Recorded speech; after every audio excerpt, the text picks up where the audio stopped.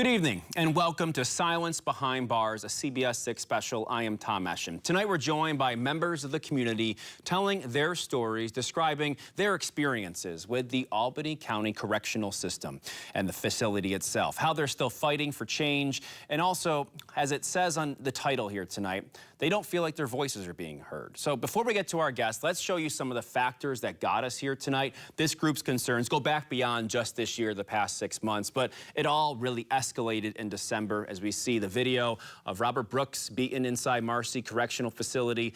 It went national. Some of the corrections officers involved have taken plea deals since. The trial for some of the rest of those 10 that have been charged will be in the upcoming weeks. But since then, us as an organization, along with the organizations here at the table and beyond, have received several calls and claims their family members are being treated in a similar way to Robert Brooks, who was killed. And this is at the state and local level, too.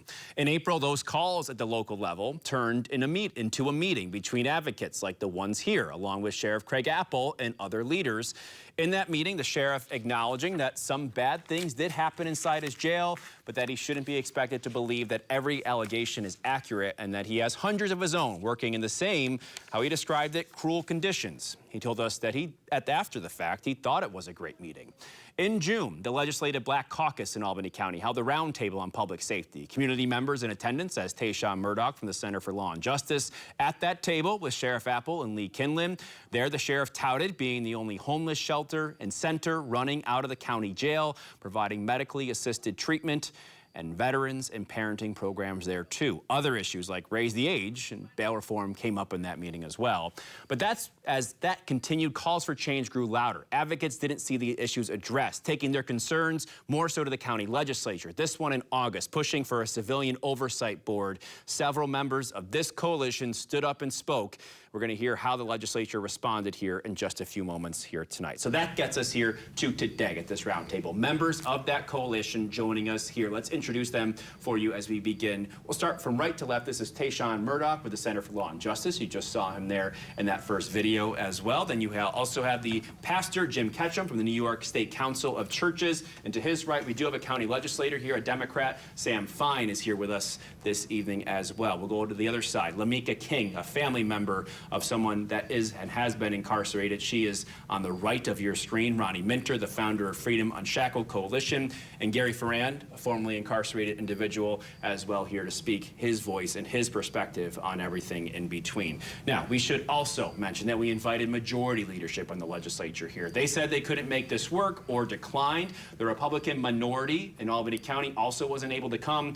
Sheriff Apple declined our invitation as well. We didn't hear back from the Union of Corrections Officers either, and that really was the swap that we tried to have come to this table. We do have these individuals here and really appreciate all of you coming in here tonight to speak your perspective and your voice. So why don't we start here on the right with Tayshawn? We really want to start our broadcast by telling some of the stories and the perspectives that each of these individuals have and why they're here. So Tayshawn Murdoch, we'll start with you. Why are you here and what do you want to spread here in your message here tonight? I think we have to do more.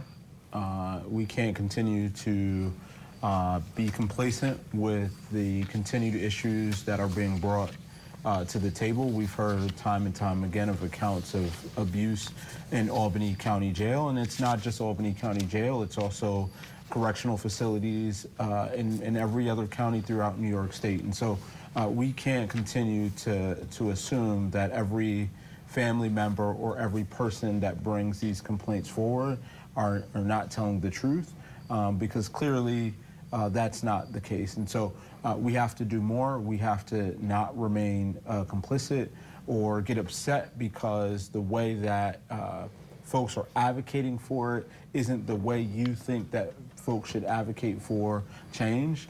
We have to, essentially put on our big boy pants and grow up and do some things differently. Yeah, as I referred to earlier, this is a coalition. So even though we have individuals here, this spreads beyond just the organizations, the groups that are at this table. So, right. Right, and it takes all of us and every one of us in order to make change. And I'll say this and then I'll end on it. Yep. After this conversation, and I said it in the first round table I was on, after this conversation, we'll show if true change will come. Will folks say, you know what, I hear what you're saying, I hear what folks here tonight are saying, or will we take it personal? And will we continue to close the door on what we are telling folks that needs to be changed. Yeah, and we're going to continue to kind of explore some of those concepts here tonight, why this group feels silenced, why the doors feel closed, and also what they have said in response to some of these calls already at this point. But now let's get over to the pastor. Jim, let's now hear your perspective. Why are you here tonight? I'm here, I'm with the co-chair of the Judicial Reform Group in the State Council of Churches Board. The State Council of Churches works on all levels about dealing with incarcerated people and the conditions they're kept under. We believe that the folks that are in jail, in prison, are human beings just like the rest of us. They are our brothers and sisters, children of God. And the more we try to say they're not like us, which I hear a lot, the more we're fooling ourselves. Was there a video or an account that you heard that really sort of triggered you wanting to speak out against this? I've been working on these issues for some years now. Yeah. But Robert Brooks was certainly a key point that brought to light, literally, what's actually going on. Because all we've heard is denials. We don't have those real problems, or it's just a few bad apples. But it's a systemic problem. And we've developed a system where all we do is punish people and mistreat them and expect them to get better. It's not going to happen. We appreciate you being here tonight. Let's get to our lawmaker here before we get to the rest. This is Albany County Legislator Sam Fine. Sam, what brought you here today? Well, as a member of the Albany County Legislature, I believe that we need to do more to provide some real oversight and to have real accountability over our county jail. I've been in touch with advocates in this room here and others for a while now. I've seen videos, and I think it's clear there's some serious allegations. The right thing to do is have a proper system in place where they're properly investigated, where we can get justice, where people are held accountable, and we improve people's conditions. I believe government, that's the role of government, is really to be accountable to the people and to improve people's conditions, and especially these are people in really the custody of the county, so we have a responsibility to treat them fairly. Sam, I really appreciate you being here tonight. Lamika King, what brought you here? My son is currently in Albany County Correctional Facility. The COs there, the sergeants there, they're mistreating the inmates. They're doing things to them that shouldn't be done. Or if they don't like a certain way they speak to them, they take them and let them get beat on by other inmates. And they restrict their calls, they restrict their video visits, so they can't reach out to either their lawyers or their loved ones so they can tell us what's going on. So we have to wait days until we hear, and then that's when they tell us, what happened, what the COs or the sergeants did, and it's just a mess. What kind of communication have you had with him about this? Has he spoken to you about it at all? Have you been able to talk to him? My son, yes. Yeah. Yes. So he was recently taken off of a safe tier and put on another tier to get jumped, all because the COs think he had something to do with another incident that he didn't have nothing to do with. So they took him off of his tier and put him on another tier where he was jumped. So for that, he had a black eye, and he had to go to medical, and he had, a big bruise over his right eye. They restricted his calls. They told him he couldn't contact me or his lawyer. So when he did finally get in touch, he told me what happened. I called up to the jail myself, and one of the sergeants told me that didn't happen. This was before my son even contacted me, because I heard that that's what happened. So when I contacted the jail, they told me it didn't happen. When I spoke to my son, he said it did happen. So it's like a lot of cover-up going on there. Yeah. We'll get more into that here as we get through the night. Ronnie Minter, Freedom Unshackled, what brings you here? Well, what brought me here was, to this moment in time, was unexpected phone call in January. Totally unexpected. Normally, what we do, Freedom Unshackled, is work with senators and assembly members to push forth legislation for criminal justice issues. That's really our wheelhouse. but I started getting these phone calls from mothers and wives of incarcerated men at Albany County Correctional Facility. And the strange thing was each person had similar story, and they didn't know each other. They had no clue that there was another family going through the same thing. And so initially, because I've had favorable encounters with Sheriff Apple in the past, working with our Halloween events and different things that during COVID, he was amazing with my community and with myself personally. And he's always said, just call me if there's a problem. And the few times we've done panel discussions, when Lauren Manning worked at the Center of Law and Justice, she and I used to talk to the sheriff all the time. And so I thought, call Sheriff Apple, this will be over quick. But I was wrong. I gotta say I was disappointed because I really held him in a place where I thought that he would respond differently. Well, he sent his Inspector Praisner, and just automatically you could just feel the story's been woven as he spoke. You could just feel that this was not an honest conversation that we were having. And so it just escalated and escalated, and the calls kept coming till finally, as an organization, we had a conversation. We said, we need to pull others in on this. And that's when we started making calls to everyone else. And so that's why we're here today. Yeah, and as we spoke off the top there, you could see over the course of these different meetings and you know, the hearings and things like that, that the dynamic changed over the course of the time as we laid out. Before we get to our first break, Gary, what brings you here? Well, I was wrongfully imprisoned, and I was a victim of a traumatic abuse. And why do you feel like now is the time to speak out? Well, I was asked to do it. Whether it's the time to do it or not, I'm sharing my experience. Yeah. An experience that I wanted to forget, but it's dredged up, and it has taken away some of my nights recently of sleep. Yeah. So it's not something I wanted to remember, but it's something I'm offering You probably hope that may help others not get this treatment. Right. I was going to say that's probably why, you know, you're motivated to try and make sure that others don't experience what you have. Yeah. Yeah. That's it for introducing all these individuals here to you. We're going to get a lot more into why they think oversight is needed and why they also feel they've been silenced here, as we also hear the side of the legislature now. But we'll be right back with Silence Behind Bars. This is CBS 6 Special. Thanks for doing this.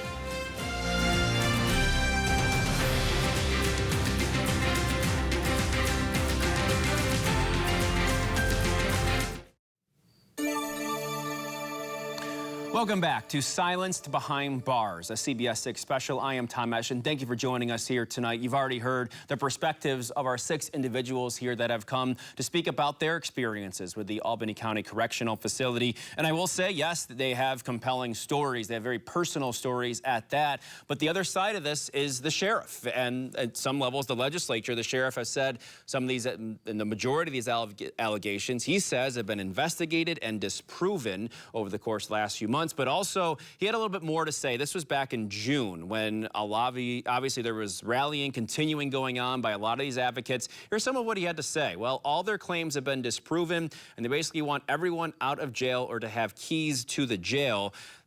They are a disingenuous group, and I won't deal with them. Fact was the end of that statement. And as we told you at the beginning of this broadcast, you had that group, that organizational meeting where that he said he thought went well, but that obviously has deteriorated to this point. So I look at what everyone's been asking for, and that's oversight into what happens here, because you might not know how this all works, but there's internal investigations that happen over the course of the sheriff when there are allegations of misconduct. If they get to the criminal level, they do go to the district attorney, and that's what we saw with Randolph Marks, a correctional officer that was charged recently with third-degree assault inside for kicking an individual that they say was being unruly at the time. So just so you have an idea of how all this works, oversight at the end of the day. Why is an oversight entity something that you all are looking for at this point? We'll start over here. Okay. Why do you think oversight's important? An oversight board would help for someone like yourself that saw this and obviously experienced something that didn't go the right way? I guess it would just have people look further into what happened and maybe consider that possibility of it being true. You have to have, people on both sides, not just the legislator telling you that it didn't happen. You need people trying to prove that it did happen and it does happen. Yeah. Ronnie? Well, we take the two incidents. We take what happened to Marquise Norwood, the video that he himself put out, and then you take what happened to the gentleman last week, I think it was, when the officer was arrested.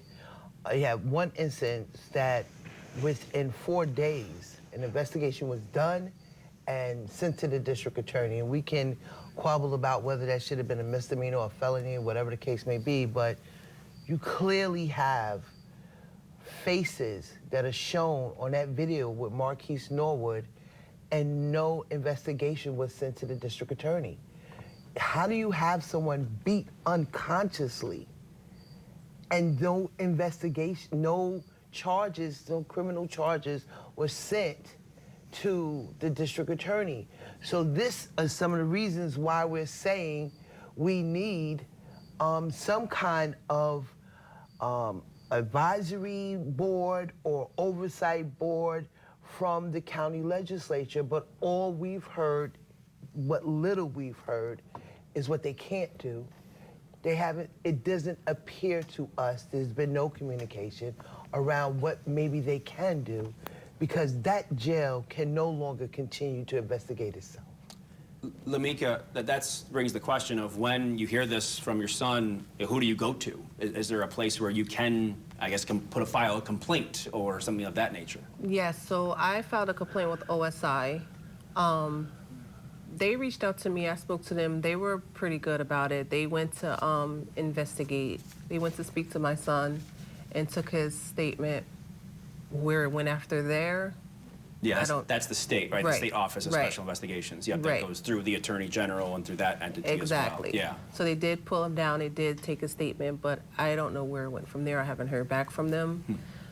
They haven't been back to speak with him, so I don't know how that went after that. Right. I tried to reach out to the sheriff's office, nothing. Then that's when I contacted the Center for Law and Justice, and he's been helping me ever since. Yeah, and the New York State Commission of Correction, they are an entity that does receive complaints of alleged misconduct and kind of fields them from there. So that's a bit of what you're referencing. Right. We'll have some statistics that they're working on for us after this broadcast here tonight. But Tayshawn, as someone that obviously you field a lot of these calls, like I said at the beginning of the broadcast, this is something that really we saw increase after Robert Brooks. Why, for you hear this from the families, I just asked Lamika that question, but where do you see them going to? She says you went to you, right? At the end of the day. Yeah, I mean, at the end of the day, we're also trying to figure out where we point people and what direction we point people. And so when you say oversight, you would argue that it would actually help both sides, right? If these issues are, as the sheriff has said, disproven, the oversight board would second that. If it is actually issues that are happening in the correctional facility that are wrong, then that investigation from an advisory or an oversight will prove that.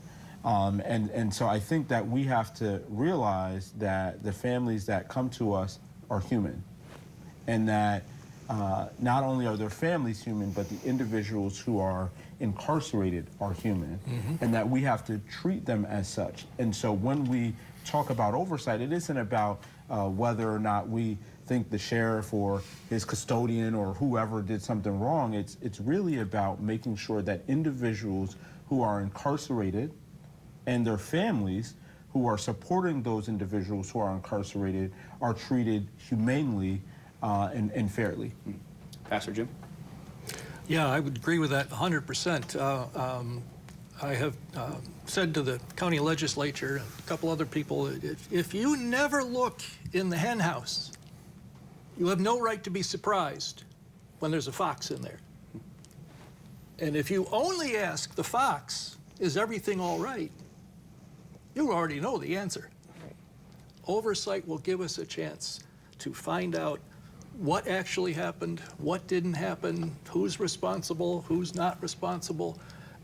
Nobody can police themselves. That has never worked. I've been doing reform work for 50 years. I've never known that to work. Yeah. So we want to have oversight and let some other uninterested parties find out what's going on. Before we get to Sam, real quick, who's on that oversight board? Any just suggestions? Ideally, we would like to see community members or formerly incarcerated. I absolutely do not feel that it should be anyone in law enforcement. And, you know, just people who are not biased, but can look at these things and say, listen, this doesn't sound like the correctional officer was in the wrong. This maybe was a reasonable use of force. Or this correctional officer was in the wrong. Maybe we need to pass this on. The hope is that an advisory board or a civilian oversight review board would work in conjunction with the corrections commission and then help them do their job better, because right now that's another problem in this. Real quick, we have like 20 seconds left. Did you have a suggestion there? Yeah, I was just going to say the similar thing. I think it has to be made up of folks who are not a part of the sheriff's office. I think it has to be an outside body so that there is no bias one side or the other. All right, we will get to Sam here in just a moment because I know he has a lot to say about that as well from his side of the equation. But we do have to go to break here for Silence Behind Bars, a CBS 6 special. When we come back, we will talk and hear from the legislative side with some sound that we have gathered here, and also why they feel silenced and what resources they believe should be implemented here as well. Thanks for joining us. We'll be right back.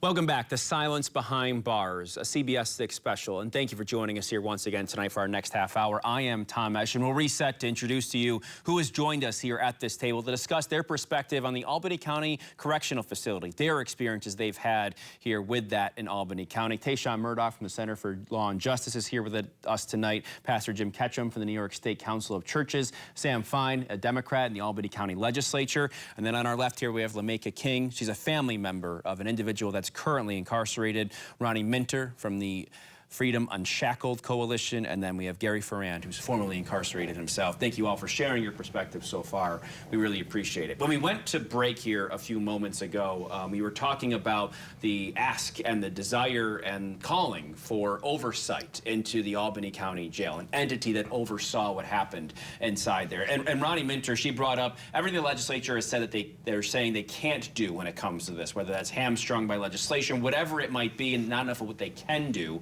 Sam Fine is here with us here tonight. He's an Albany County legislator himself. Sam, what can the Albany County legislature, I mean, even in your role, what do you think can be done to help, I guess, ease some of these concerns and address some of these things? Well, I think we need to come up with a solution that's workable within the confines of the law. And I think everyone here, the advocates, are reasonable. I think we understand that there are some limitations, likely some limitations on what the county legislature can do. But that doesn't mean there's nothing we can do. And if you want to get something done, you know, my experience as a legislator, if you want to get something done, you don't dismiss it. You get creative and you figure out how you can make it happen. So, you know, I think we need to sit down with our attorneys. We have attorneys in the county legislature. Maybe include the sheriff in that conversation and figure out, you know, what type of structure can we set up, whether that's an oversight board, whether that's an advisory board, who will sit, who can sit on that board, how that structure will work. Whether, you know, I envision they'll take, you know, complaints of abuse and be part of that investigation. But also, I think oversight could look at some of the policies within the correctional facility. For example, body cameras. What's the body camera policy, and what are the consequences when that's violated? Or what types of programs are in programs are in the jail? What's our use of force policy in the jail? I think there's a lot that can be looked at by the oversight or advisory committee as well to try to prevent things like this happening in the future. So accountability in terms of those who abuse, correction officers who abuse inmates, incarcerated people, being held accountable, but also improving the systems. I do a lot of interviews with politicians. You might know that, yeah. But political will. Do you think there's the political will to overcome? I mean, at least is there a desire to have oversight at the end of the day, whether that they're hamstrung by you're hamstrung by legislation or not? Do you think that's something that you want? I think you put it in, yeah, those two words, political will. Yeah. That's really the crux of it, and I don't think there is enough political will. There are other legislators that I think have the political will and want to see this happen, but I think we need more legislators who are willing to stand up and really push to make this happen. Okay. And we do have some sound here from Wanda Willingham, the deputy chair of the legislature. This is from August, and when a lot of these individuals, others went out and spoke, asking for the oversight entity, asking for something to be addressed here. And they were responded to by Wanda Willingham herself. Here's a portion of what she had to say. Let's play the clip. But what concerns me the most right now, one of the things that concerns me the most is the perception that this body has been silent and unresponsive, because that's not true. For months, this legislature, especially the Legislative Black Caucus, has engaged directly with advocates, met with the sheriff's office, and confronted the harsh realities that reside in correctional settings. We have sought to ensure that voices are heard and conditions are examined and necessary changes are being pursued. So with that in mind, I want to start here with Lameka, and she talked about voices being heard. And you talked about some of your experiences with this. Do you feel like your voice is being heard, your son's voice is being heard? Not at all. No. When we try to contact whoever we need to contact or try to speak out, it's like it's a big cover-up. So it's like we're brushed to the side, we're put to the side because they feel like inmates don't matter, but they do matter. And then at the end of the day, it's like inmates are also someone's child. Yeah. So what they're doing to someone else's child has to come to a stop. And Gary, I know that obviously this is a legislative, coming from a legislator, but just in the concept of you being heard from inside. And obviously, I think that we all should acknowledge that there's a reason individuals are there. Obviously, you have a different experience in that, but there's a reason, whether someone's convicted of a crime or not. But still, as you've all acknowledged, this is someone's child, a family member, human being, which is really important for people to understand. When it comes to your voice, do you feel like you were heard? Do you feel like things that you had said, mattered at the end of the day? I feel some things have been addressed. Yeah.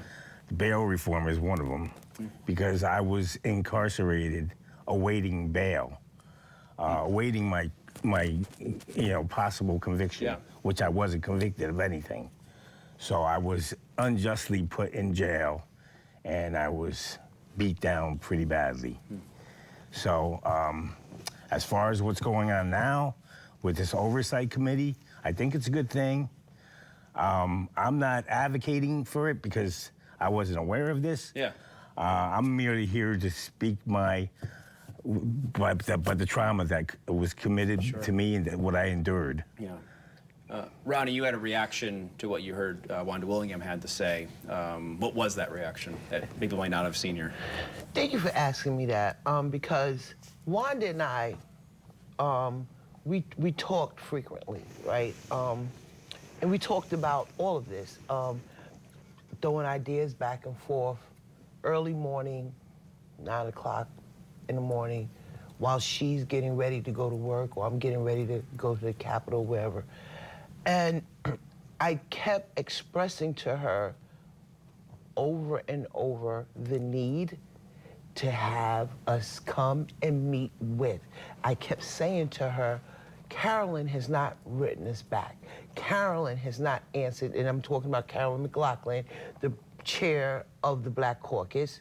She has not responded to our emails. Joanne Cunningham has not responded to our emails. You technically haven't responded to our emails. These are conversations that I had with her. So for her to say that she's met with and talked with the advocates, that's disingenuous, that's full of crap. Wanda is not being honest when she says those things. Having a conversation with me in the middle of me saying, well, do you want me to fry you a piece of fish? It's not meeting with the advocates. That's having a cute conversation with Ronnie. The other thing that really bothers me is on 3 occasions, Wanda asked me for a short list of people. She said, I don't want the whole group. We're not gonna meet with the whole group, but give me a short list. And 3 times I gave her the list of individuals to come meet with either the Black Caucus or with Joanne or whomever. But that never happened. And so I just felt like when she first stood up, because I was there, when she first stood up, I clapped because I really and truly thought that she was going to tell the truth. Because Wanda and a few other members of the Black Caucus, and Tashawn and Sam was there, they went and visited Albany County Correctional Facility. And during that visit, Wanda literally called me when she left there because she got physically ill from the conditions that she saw. And she admitted that and part during that, that, yes. she admitted that. And so I really thought that she was going to stand up there and really say, we need to do something. But then she stood up there and just, I was like, wow. And you know, that was not a truthful statement. Pastor Jim and Tayshaun too, how do you gain ground here? Well, we gain ground by continuing to confront people making statements like, we've been working on this, we are meeting with them, and nothing has happened. It would be nice if they're working on it, if we were actually invited to a meeting, ever. If we were actually asked for our opinion as a group, never happened. So therefore, I presume nothing has really been done. And I think that's a fair assumption to make. Here's what I'll say. There's 2 sides of it. So number one, as that played, I just thought about, what if that was one of their family members? What if that was your family member who was incarcerated, who, and I'll give you an example from our office, what we get.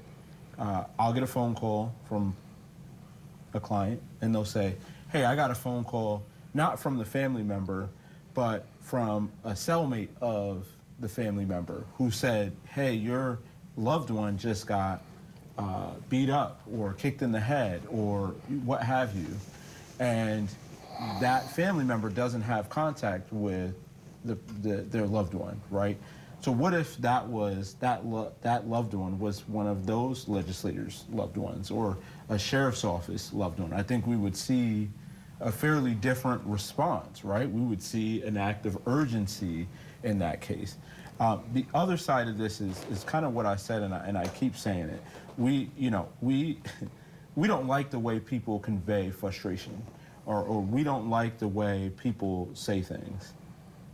But this is America, I guess, and people have the right to say how they feel, especially when the door is closed and we choose to evade discussion. This is the second CBS roundtable that I have been at, and outside of Sam, not one legislative person has shown, not one person from the sheriff's office has shown, and that says a lot. And is it because we feel that what is being said we don't like? Well, you know, I don't like a lot of things people say, but I still show up. Even when sometimes I'm called to account for what I have to do, right? And so I think I think folks in the legislature and in the sheriff's office have to look at this as not a personal denigration, as they signed up for the job to ensure that people are treated humanely and fairly inside of Albany County Jail. And that's really what we're asking for. We're not, you know, the quote that the sheriff said, he said, we're looking for the keys. I've spoken to the sheriff multiple times, and I don't think I've asked for the keys to the jail Ever. once, ever. And so I think we're talking about production and movement and people being heard, and the only way you make production and the only way that people are going to be heard is when you get back to the table and start having discussions. Because I'm going to tell you, and Ronnie knows this from last week when we talked, I'm still getting phone calls. Yeah. Those phone calls don't stop. And every time we get a phone call, it's from a different family with the same circumstance and the same situation. Okay, my mom always used to say, you get one time, okay, you look at it twice, 3 times you start to worry. When you get to 10, 15, that's a problem. Yeah, it's interesting, the personal line, I guess, that the personal versus, in terms of what those relationships are. I think that everyone here has different relationships, whether that's a close one or a far one, but at the end of the day, I think what Tayshaun said, it's how, you're speaking out that might be ruffling feathers, right? But I think the intention is for systemic, not to bring someone down personally. Well, it's like my dad used to tell he used to get on us. His way of getting on us as kids wasn't the nicest way, but it wasn't about how he got on you, it's about the message, right? What is the message? The message is that we are receiving multitudes of complaints from family members who have not only heard, but have seen via video camera that their family members have suffered injuries inside a facility. That's what should be heard. Not the fact that maybe Ronnie said something that you didn't like. Well, that is okay, and Ronnie can say that, but what is the solution? What can we do to get the families support that they need? It shouldn't be that the families complain and then nothing is done, and there's complete silence because we're upset. We got to go to break, but we'll pick this up with our final block here in just a few moments. Thanks so much for once again for joining us for Silence Behind Bars, the CBS 6 special. We'll be right back.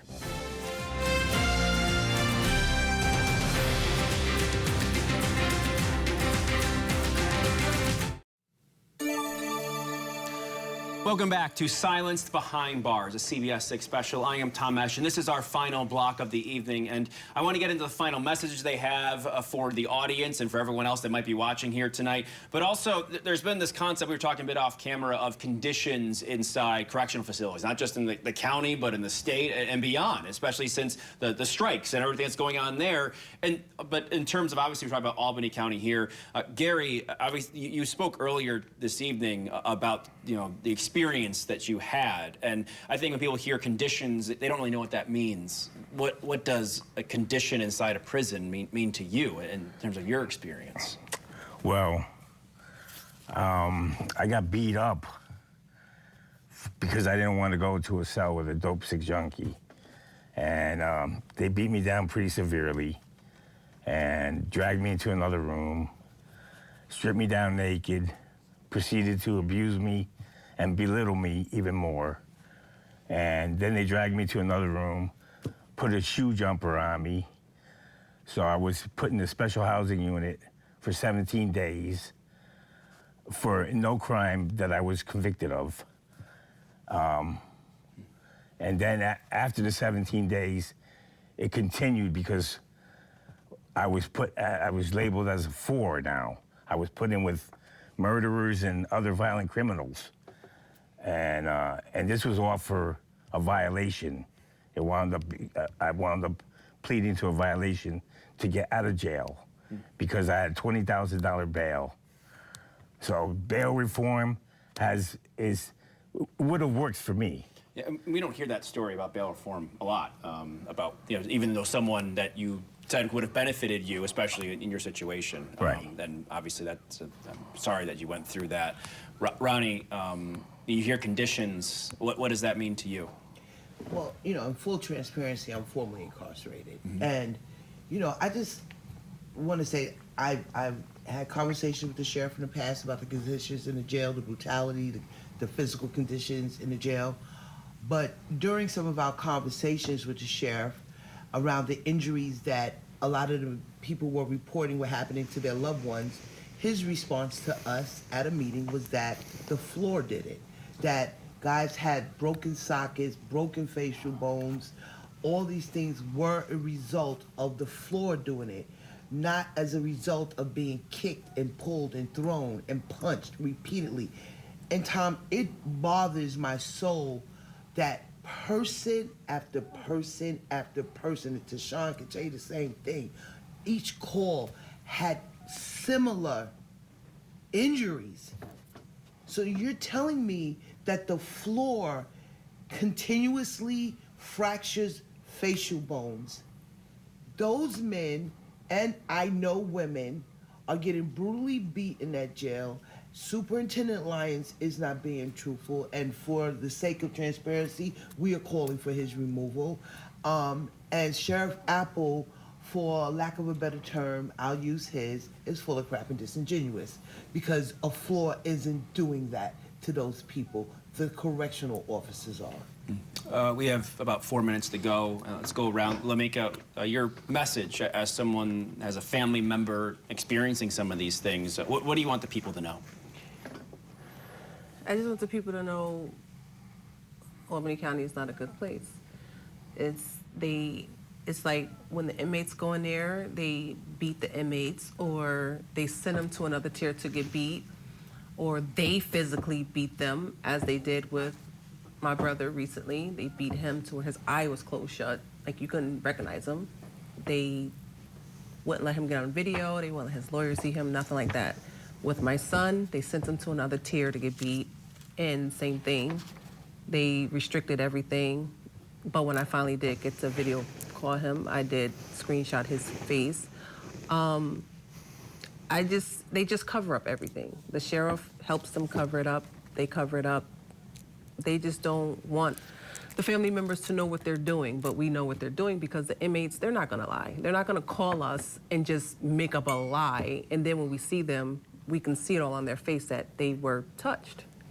And like your story kind of rings to what Gary's experienced, and I think that's what we saw, especially after Robert Brooks, people that reached out, especially to us, is that a lot of different people in different places telling similar stories. Exactly. And you know, not obviously you are here together here tonight, but I think that you're hearing a lot of the same stories as we continue here. Sam, your final message as we finish up. Well, I think Gary and Lamika's, them sharing their stories, that's really eye-opening, and I think that's the proof that we need oversight, that we need some real investigation. I know that they're just two people with us sharing their stories, but there's many, many, many reports, you know, and I talked to Tayshawn and Ronnie and other advocates. Family members call in and talk about and report to them what's going on there.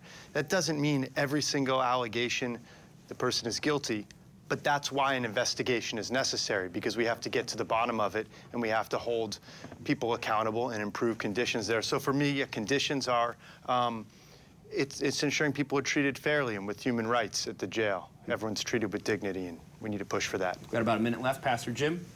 This is a systemic problem. It is not the result of the actions of any one person or small group of people. This is in effect at every county facility and every state facility, a culture of brutality, and it needs to stop. Tayshawn, finish up with you. We'll see what happens after this round table, right? As my mom used to say, the truth will be in the pudding, right? But we have an opportunity to do something different and to be better. And I think if we take the message, and the message is that people are being abused at Albany County Jail, and there are complaints, and those need to be addressed, and we need to come together with a real solution to address them. Yeah, and we'll have more information on some of the complaints that have been fielded by the New York State Commissions of Correction here, along with this story on our website at cbs6albany.com. This all will be available on our website as well as we continue to hear from these voices moving forward. And I'm sure it won't be the last time we hear, but thank you all so much for coming and doing this with us here tonight. Thank you. All right, thank you so much for joining us here for Silence Behind Bars, a CBS 6 special. We'll see you next time.